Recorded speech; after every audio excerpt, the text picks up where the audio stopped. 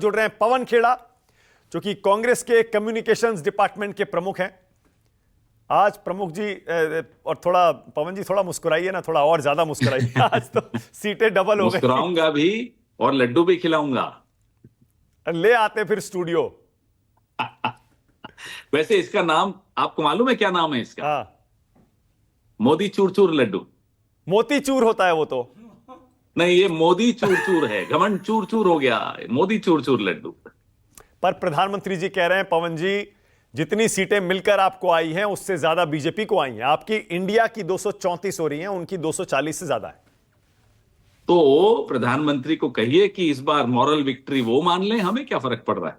वैसे मॉरल तो नहीं मानूंगा मैं, इमॉरल विक्ट्री होगी, लेकिन चलिए हम इमॉरल विक्ट्री मान लेते हैं उनकी। देखिए, जो व्यक्ति अपने आप को भगवान का अवतार बोलने लग गया था, आपको क्या लगता है उसके लिए ये जीत है? ये जीत से, ये हार से भी बुरी हार है। अपने आप को विष्णु का अवतार, पता नहीं क्या क्या, और गंभीरता से वो मानने लग गए थे कि मैं तो भगवान का अवतार हूं, बायोलॉजिकल नहीं। कभी सुना आपने किसी प्रधानमंत्री को ऐसे बोलते हुए? ये देश घमंड नहीं बर्दाश्त करता। धोखा बर्दाश्त कर लेगा एक बार, झूठ बर्दाश्त कर लेगा, अहंकार बर्दाश्त नहीं करता मानक जी, और अच्छा, वो दिखा इस। अच्छा ठीक है पवन जी, अब एक चीज बताइए, मैं गंभीरता से पूछ रहा हूं, क्या टीडीपी और जेडीयू को इंडिया गठबंधन के खेमे में लाने की कोशिश की जाएगी? राजनीति स्टैटिक नहीं होती, डायनामिक होती। इससे ज्यादा मेरे मुंह से कुछ मत कहलवाइए। मैं तो कोशिश करूंगा। ये मेरा काम है, मैं पत्रकार हूं। पवन जी, जितना आप बता सकते हैं उतना। देखिए, मैं वैसे कह रहा हूं, हाँ। मेरी आपकी मित्रता या जो भी हमारे प्रोफेशनल संबंध जो हैं, ये भी डायनामिक है। हाँ रिश्ते भी बदलते हैं। हाँ, ठीक है। रिश्तों में डायनामिज्म रहता है। रिश्ते स्थिर नहीं रहते, बदलते रहते हैं। अच्छा ठीक है, क्योंकि ये प्रकृति का नियम है। ठीक है, ओके। अब मैं इसमें सवाल जोड़ देता हूं, तो क्या कांग्रेस पार्टी किसी भी हद तक जा सकती है? मेरे कहने का मतलब, लोकतंत्र को बचाना हो, हाँ। संविधान को बचाना हो, तो हम वैसे भी किसी भी हद तक गए हैं। राहुल गांधी 4000 किलोमीटर पैदल चले, पसीना बहाते हुए। हद की बात तो आप कांग्रेस से मत पूछिए। मैं ये पूछ रहा हूं, किसी भी हद तक, क्या क्या किसी भी चंद्रबाबू हद तक। नायडू को प्रधानमंत्री पद ऑफर किया जा सकता है? क्योंकि ये वो एक अब ऐसा ये तो ऑफर अब होगा। आप ये ऐसी बातें कर रहे हैं कि ये तो पूरा गठबंधन बातें करेगा, आपस में चर्चा करेगा। इसमें एक अकेला कोई व्यक्ति नहीं बोल सकता है, ना बोलना चाहिए।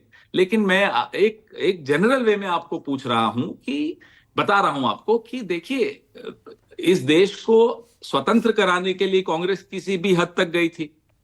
इस देश के संविधान को बचाने के लिए, न्याय लाने के लिए राहुल गांधी पैदल चले 4000 किलोमीटर। तो आप हद की बात मत कीजिए, हम किसी भी हद तक जाएंगे, लेकिन इस देश को बचाएंगे। बहुत बढ़िया पवन जी, इसी में बहुत कुछ छुपा हुआ है। और नीतीश कुमार क्यों आएंगे, मुझे बताइए। वो आप अभी नामों पे कह चल के गए रहे हैं, हैं। अभी कह के गए हैं वो, कि अब हम इधर उधर हो गए थे, अब हम कहीं नहीं जाएंगे। यही अरे, आप चेहरों की और नाम की बात कर रहे हैं, मैं मुद्दों की बात कर रहा हूं। मैं और गंभीर बात कर रहा हूं कि कांग्रेस पार्टी के डीएनए के विषय में मैं आपको बता रहा हूं कि कांग्रेस पार्टी का ऐसा डीएनए है, हम किसी भी हद तक जाएंगे देश को बचाने के लिए। इस देश की जो एक ताना बाना है सामाजिक, उसको बचाने के लिए, जिसको छिन्न भिन्न करने में कोई कसर नहीं छोड़ी हमारे भगवान के नॉन बायोलॉजिकल अवतार ने, उसको बचाने के लिए हम कुछ भी करेंगे। लेकिन पवन जी, इमोरल आप कह रहे हैं विक्ट्री है, ये प्री पोल अलायंस है, चुनाव से पहले का गठबंधन है। इमोरल तो आपकी कोशिश कही जाएगी कि जनादेश आपको नहीं मिला। मैं इसलिए कह रहा हूं मानक जी कि सुबह 3 घंटे वाराणसी में प्रधानमंत्री को संघर्ष करना पड़ा, पिछड़ रहे थे। भगवान के अवतार को संघर्ष करना पड़े तो आप इसको विक्ट्री कहेंगे? जिस राज्य से वो इलेक्शन लड़ते हैं, उस राज्य में बीजेपी की क्या स्थिति हुई है, आप इसको विक्ट्री कहेंगे? मार्जिन 1.5 लाख। उसी राज्य में राहुल गांधी का मार्जिन 3,40,000। उसी राज्य में किशोरी लाल शर्मा जी का मार्जिन प्रधानमंत्री के मार्जिन से ज्यादा रहा जीत का। आप इसको विक्ट्री कहेंगे? इसीलिए कहता हूं, इनको ये इमोरल विक्ट्री मुबारक हो। आप इंतजार कीजिए, राजनीति में एक रात बहुत लंबी होती है। एक रात राजनीति में बहुत लंबी है। पवन जी इशारों में बहुत गहरी बातें कह जा रहे हैं। आप ये कह रहे हैं अगर प्रधानमंत्री अपनी सीट मुश्किल से बचा पाए हैं, तो क्या आप ये भी इशारा कर रहे हैं कि पीएम की जगह, मोदी जी की जगह कोई और पीएम बने, तब ये एनडीए का मैंडेट उनके पक्ष में होगा? मुझे एक बात बताइए मानक जी, ये क्या अहंकार था, ये क्या दंभ था कि नड्डा जी को कहलवाया गया, उनसे कहलवाया गया, उनके मुंह से कि हमें आरएसएस की जरूरत नहीं, हम आरएसएस से बड़े हो गए हैं। क्या था ये, मुझे बताइए। अब आप मिर्ची लगा इसका रहे हैं। जवाब मुझे आज तक नहीं मिला। आप मैं भी आग में घी डाल पॉलिटिकल रहे हैं। स्कॉलर हूं, स्टूडेंट हूं। समझ में आया आपको कि क्यों बोला होगा आप ये? आग में घी डाल रहे हैं। नहीं, मैं घी नहीं डाल रहा, आप माफ लड़ाई कीजिएगा। करवा रहे हैं। और कल को मैं खड़े होकर कह दूं कि मैं कांग्रेस से बड़ा हो गया, कभी हो सकता है? मेरे को आरएसएस से मेरे मन में आरएसएस के प्रति क्या है भावना है, वो आप जानते हैं, भली भांति जानते हैं। मैं बर्दाश्त नहीं कर पाता हूं संघ को, ना उनकी विचारधारा को। लेकिन एक सिद्धांत होता है, एक उसूल होता है कि आप जिस वजह से यहां तक पहुंचे हैं, हाथ पकड़ के जिसका चल के यहां तक पहुंचे हैं, अब आप इतने बड़े हो गए कि आरएसएस की जरूरत नहीं है आपको। अच्छा ये ठीक क्या है मतलब पवन है जी। इस बात? ओके पवन जी, घुमा के पूछ रहा हूं, इस बार की तपस्या का फल कैसा निकला? वही बहुत अच्छा निकला, आगे और अच्छा निकलेगा। इन 5 सालों में इतनी संतुष्टि जरूर होगी आने वाले 5 सालों में हम सबको, कि हमने देश को बचाने के लिए और संविधान की रक्षा करने के लिए और देश के हर वर्ग को न्याय दिलाने के लिए कुछ किया, कुछ हमारा योगदान रहा। पर ये तपस्या में संतुष्टि पवन जी, है। तपस्या में कमी रह गई, तभी तो कांग्रेस 100 पर भी नहीं पहुंची। अभी आप रोकिए तो, इंतजार तो कीजिए, अभी तो घमंड टूटा है। ओके पवन जी, वाजपेयी जी बैठे हैं, आप इनसे कुछ कहना चाहते हैं क्या? इनके पास भी 5 सीटें हैं। हमें क्यों छेड़ रहे भाई? क्यों ना छेड़े? नहीं कमाल है। नहीं। पवन जी कुछ कहना है तो कह दीजिए वाजपेयी जी से। मैं इनसे अलग बात कर लूंगा, हो सकता है बात कर भी रहा हूं, आपको क्या मालूम। अच्छा पवन जी, ओके वाजपेयी जी, हाँ। आप भी हमारी तरफ से ये मोदी चूर चूर के लड्डू खाइए। स्वागत है, स्वागत है। बधाई है, धन्यवाद। आपको भी बधाई है। आपको भी। अच्छा अच्छा पवन जी, अब मुझे थोड़ा सा एक अपने राजनीति का विद्यार्थी, एक नेता, एक विश्लेषक होने के नाते थोड़ा बताइएगा, तो उसमें बायस ना हो अगर आप कोशिश करें। ये एक तरह से इसे हार अगर कहें बीजेपी की, जो कि पूर्ण बहुमत से 240-45 पर आ गई है, और एनडीए 350 से 289 पर आ गया, इसकी क्या वजह रही? क्यों हुआ ऐसा? मानक जी, मैं फिर से कहता हूं, धोखा झूठ सब बर्दाश्त हो जाता है इस जनता द्वारा, अहंकार नहीं बर्दाश्त होता। और यहां तो तीनों था, अहंकार भी था, धोखा भी था, झूठ भी था। अब तीनों चीजों की कॉम्बिनेशन है, तो मैं किस बात क्या बोलूं आपको, आपके सामने है सब कुछ। और अगर यही अटल जी होते और यही स्थिति होती कि इतनी सीटें आ गई इनकी, तो शायद हम इस तरह की भाषा का इस्तेमाल नहीं करते। शायद मैं ये नहीं कहता कि ये इनकी हार है या अनैतिक हार है या कुछ भी नहीं कहता। लेकिन ये नरेंद्र मोदी हैं, भगवान के अवतार हैं, और नड्डा जी के शब्दों में कहूं तो नरों के नहीं सुरों के भी इंद्र हैं।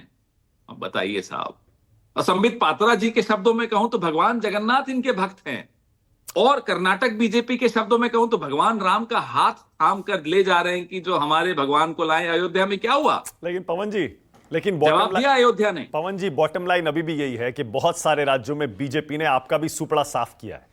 मध्य प्रदेश में 29-0 हुआ, दिल्ली में 7-0 हुआ, ओडिशा में क्या हाल हुआ, आंध्र में क्या हुआ? नहीं, ओडिशा में हमें तो नहीं हराया, हम तो थे ही नहीं वहां, जिसकी सरकार थी उसको हराया। लेकिन हम तो संघर्षशील प्राणी हैं। हमें तो उत्तर प्रदेश में आप लोगों ने कह दिया था खत्म, return of, Congress doesn't exist, Congress is dead. क्या हुआ?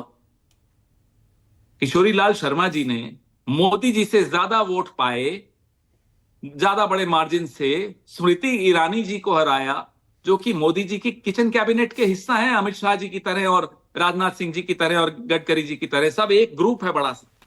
पवन जी, थोड़ा सा पछतावा भी है क्या, गिल्ट भी है क्या, कि अगर जब इंडिया गठबंधन बन रहा था, अगर नीतीश कुमार को, जयंत चौधरी को उस टाइम रिटेन कर लेते, रोक लेते किसी तरह, तो आज ये आंकड़ा उल्टा होता, शायद 289 आपके होते, 234 एनडीए के होते। मानक जी, राजनीति स्थिर नहीं होती, डायनामिक होती, परिस्थितियां बदलती हैं, नए फैक्टर्स आते हैं। उस वक्त क्या फैक्टर्स थे उस पर अब चर्चा नहीं करेंगे। उनके लिए भी कुछ फैक्टर्स थे, हमारे लिए भी कुछ फैक्टर्स थे, अब छोड़ दीजिए, वो बात खत्म हुई। कल एक नई सुबह है, आज की रात लंबी है। आज की रात लंबी है, पवन जी बार बार ये इशारा कर रहे हैं। और पवन जी, आपको पता है कांग्रेस के थिंक टैंक में शामिल हैं, कांग्रेस के उस कोर ग्रुप में जहां सारे रणनीतिक फैसले लिए जाते हैं। पवन जी, राहुल गांधी की छवि इस जीत के बाद, कांग्रेस की सीटें डबल होने के बाद देश में, उसका क्या होगा? उस छवि का कितनी सुधरेगी? बात सीटों की भी नहीं है। इससे आधी सीटें आती तो भी मैं कहता कि उस व्यक्ति की छवि भारत जोड़ो यात्रा से शुरू हुई, लोगों को समझ में आया कि ये तो अरबों रुपए खर्च करके इस व्यक्ति की, एक नेक आदमी की, एक अच्छे नेता की, जिसका दिल दिमाग पूरा भारत के लिए दिल धड़कता हो, जिसका, उसकी छवि बिगाड़ने के लिए जो करोड़ों रुपए अरबों रुपए खर्च किए भाजपा ने, लोगों की आंखें खुल गई कि नहीं ये गलत किया, ये आदमी अलग है। आज पूरे देश की राजनीति में एक ऐसा नेता है जो न्याय की बात कर रहा है, जो दलितों की, पिछड़ों की, महिलाओं की, आदिवासियों की, किसानों की, नौजवानों की, मध्यम वर्ग की, व्यापारियों की, सबकी बात कर रहा है। मुझे लगता है कि छवि तो पहले से, जो राहुल गांधी नहीं बदला, लोगों का राहुल गांधी को देखने का नजरिया बदला। अच्छा, ओके, तो फिर यह भी बता दीजिए, क्या राहुल गांधी को पीएम बनाने की कोशिश कांग्रेस पार्टी की तरफ से होगी? पवन जी, आप देखिए, ये सवाल सिर्फ कांग्रेस से लेना ठीक नहीं है।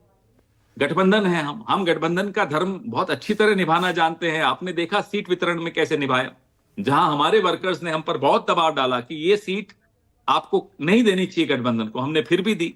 ये बड़ा दिल दिखाया, तो हम गठबंधन धर्म का पालन करते हैं। इस तरह के किसी सवाल का अकेले कांग्रेस पार्टी जवाब दे, ये अच्छी बात नहीं। आखिरी सवाल, क्या प्रियंका गांधी, अगर राहुल गांधी रायबरेली की सीट छोड़ते हैं तो क्या प्रियंका गांधी उपचुनाव लड़कर लोकसभा जाएंगी? पवन जी, अब ये पार्टी के अध्यक्ष और पार्टी का नेतृत्व निर्णय लेगा, इसमें मैं अकेला कैसे जवाब दे सकूंगा? मुझे तो नहीं मालूम होगा कि क्या निर्णय है। इस निर्णय तो पार्टी की एक प्रक्रिया है निर्णय की। इस चुनाव का सबसे बड़ा लूजर कौन है पवन जी? जो भगवान का अवतार मान के चल रहा था अपने आप को। और सबसे बड़ा विनर कौन है? लड्डू खाइए, छोड़िए। स्टूडियो में लाइए पवन जी, स्टूडियो में लाइएगा। जरूर लाऊंगा। थैंक यू सो मच, बहुत धन्यवाद, आपने थैंक समय यू मानक निकाला। जी।